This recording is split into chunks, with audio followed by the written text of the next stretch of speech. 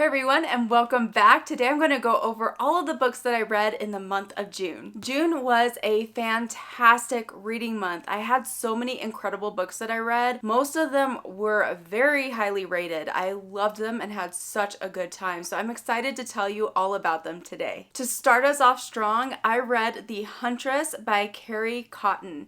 Now, I've been hearing about this book all over the place. It's so popular right now, and I was excited to finally get to read it myself. This is the beginning of a series that I have heard just keeps getting better and better as you go. Now, I don't know whether The Huntress would be classified as non-magical fantasy or historical, but regardless of what it actually is, it was amazing. It was incredible. I loved the characters, and our two main characters, our main male and female characters, they were truly enemies at the start of this book for a lot of reasons. They had a very deep history that made them enemies. It was amazing to get to see the journey along the way of how they meet each other, get to know each other, and find out that history and how things may or may not have been exactly what they thought they were all along. There were a ton of tangled threads in this story, and it was really fun seeing how the author wove and unwove and figured and sorted all of that out to finally culminate in such an amazing ending. There was so much to love about both of our main characters,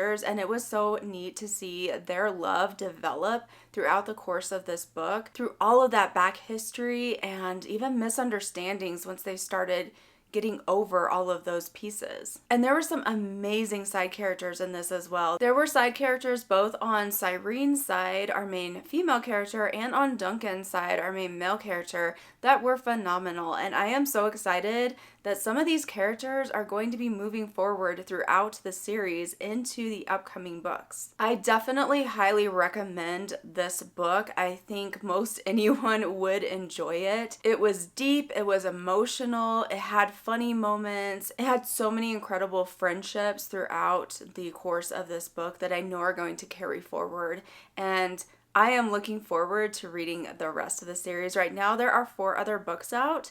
The next one is The Viking, and that one's actually on my TBR list for July, so I'm hoping to dive into that one as soon as possible. Next, we have a romantic suspense called Fragments of Fear. This is by Carrie Stuart Parks. It's the first book that I have read by Carrie Stuart Parks, but there's a lot of novels out there that look really interesting to me that she has written.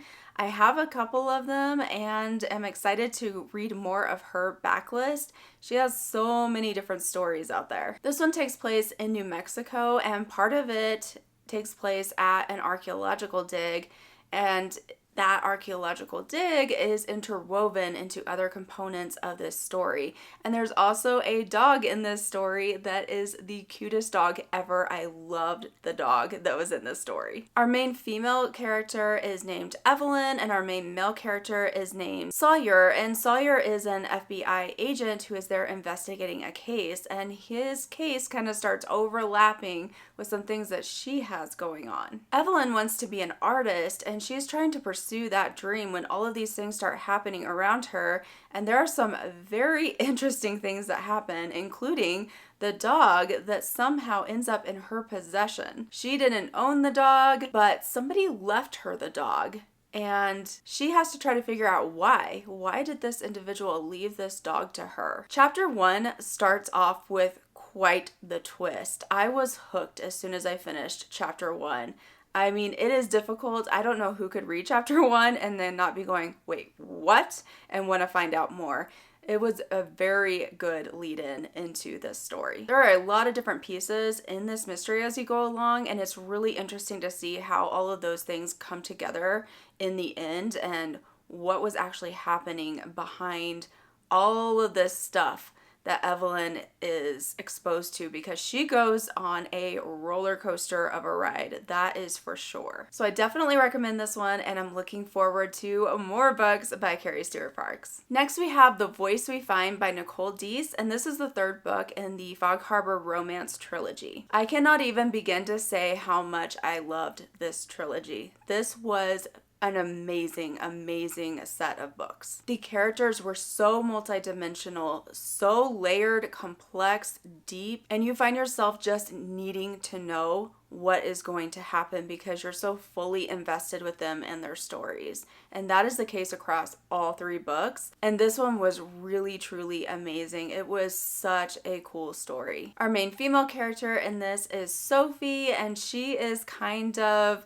recovering from a situation that she had on Broadway where things did not go how she was hoping and planning that they would go. And so she's trying to figure out what to do now. Our main male character is August, and he actually has guardianship of his teen sister because they lost their parents in a tragedy, and now he's trying to navigate all of that, and so is she trying to navigate that loss and also the new dynamic between them and how to move forward together. His sister actually has a degenerative hearing loss condition, and that's a big part of this book is how she is trying to figure that out and the questions surrounding how she is encountering that and what she wants to do going forward.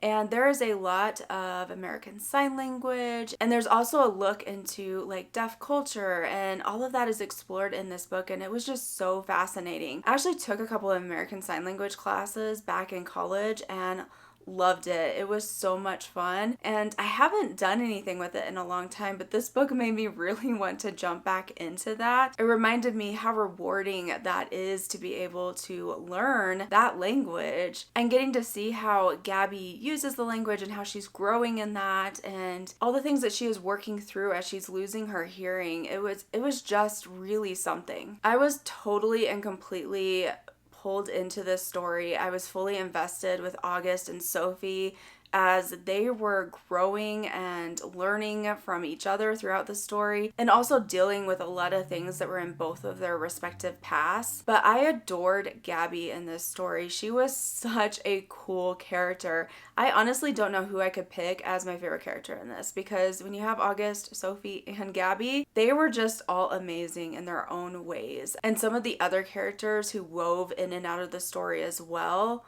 were also amazing. If you haven't yet read the books in this series, I would hugely recommend that you read them because they truly do take you on such an incredible journey. There are times that it's very emotional and sad, but there's such light in it as well. And the things that the characters in all 3 of these books overcome is just really something. And the way that the stories are woven together is so satisfying. And you can't help but feel just so good at the end of one of these books. And they definitely make you think. Another book I read was Town of Shadows by Jessica Scarlett. This is the first book in a series. I do not know how many books are going to be in this series. Right now there are 2, but I believe a 3rd one is coming out at some point. This story was really cool because it was a merging of fantasy with historical because it takes place in Victorian London, but there is magic there. So you get a glimpse into the history of the time, the culture of the time, all that Victorian London vibe that you would expect in a historical fiction, but with magic woven throughout. I think this book is classified as adult, but the characters in this are in their upper teens and kind of like lower to mid-20s.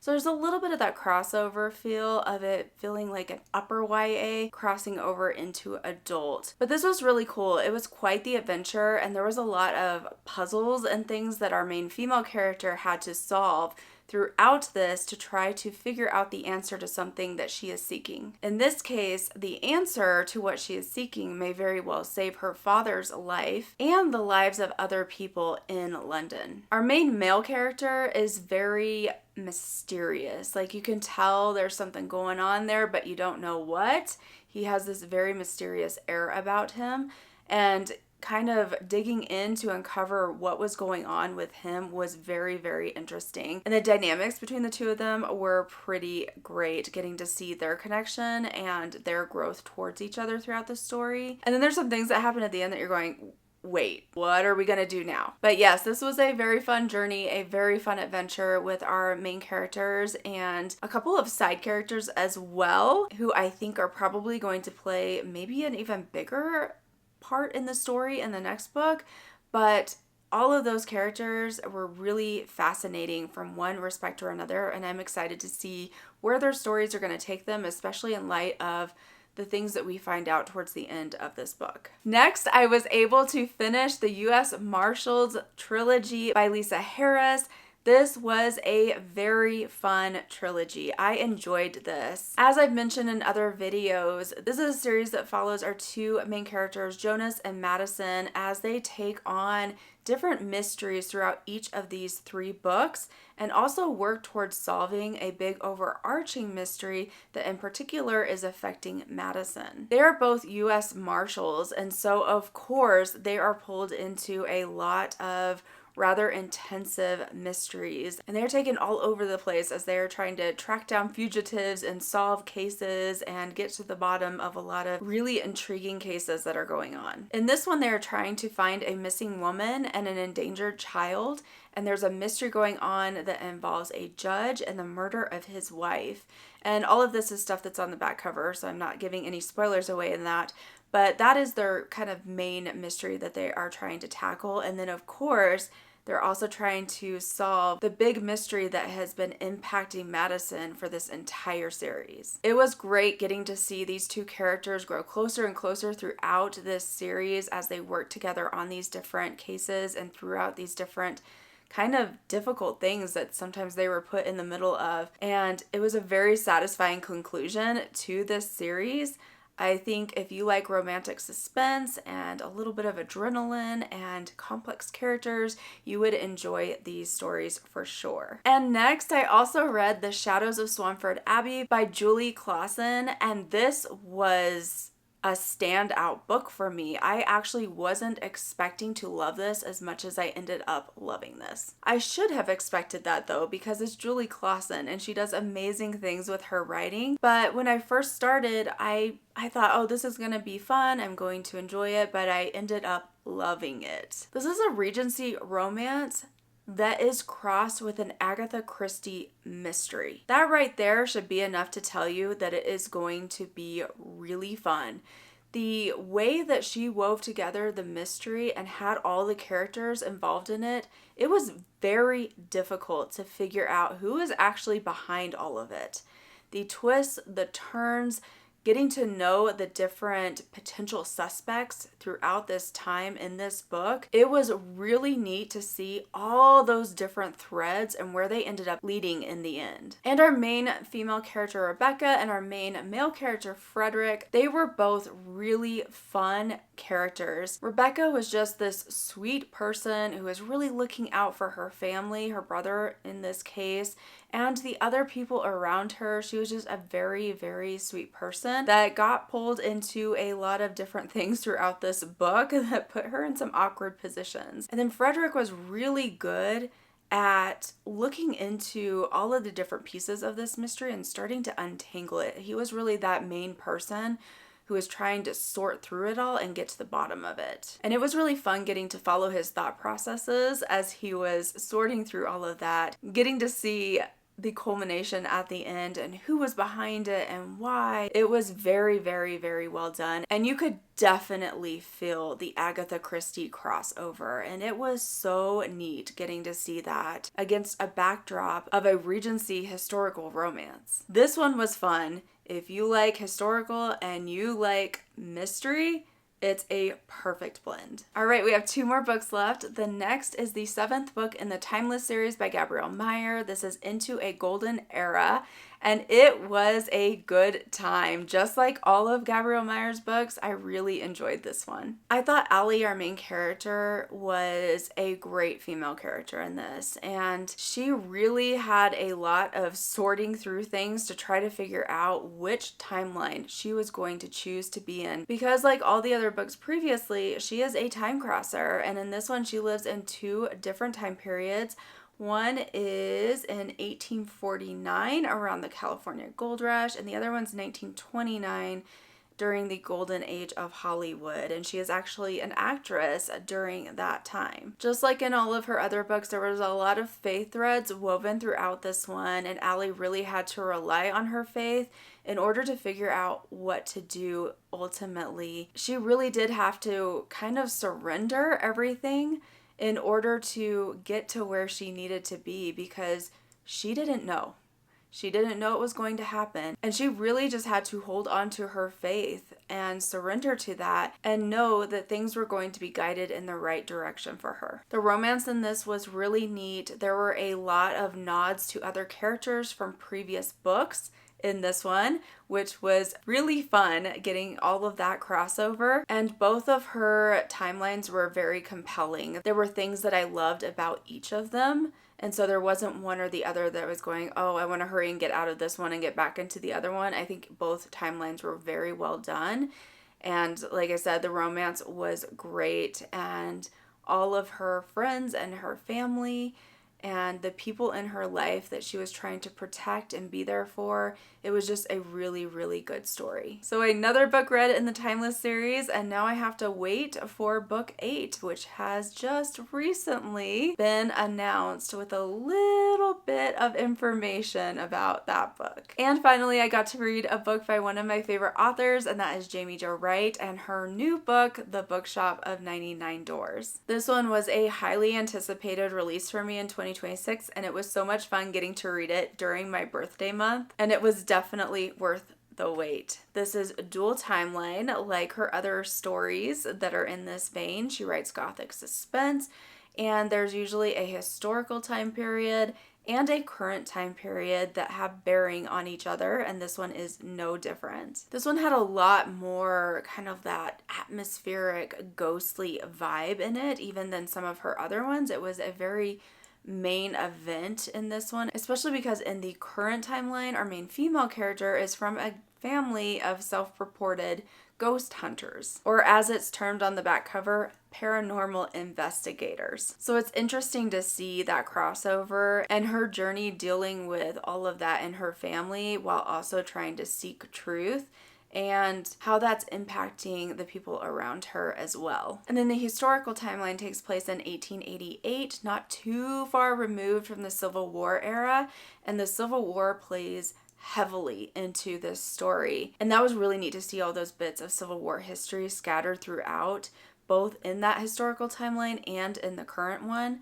In our historical one, we're following Minnie. She is living in the house that would later become, in our current time period where Triss is, the bookshop.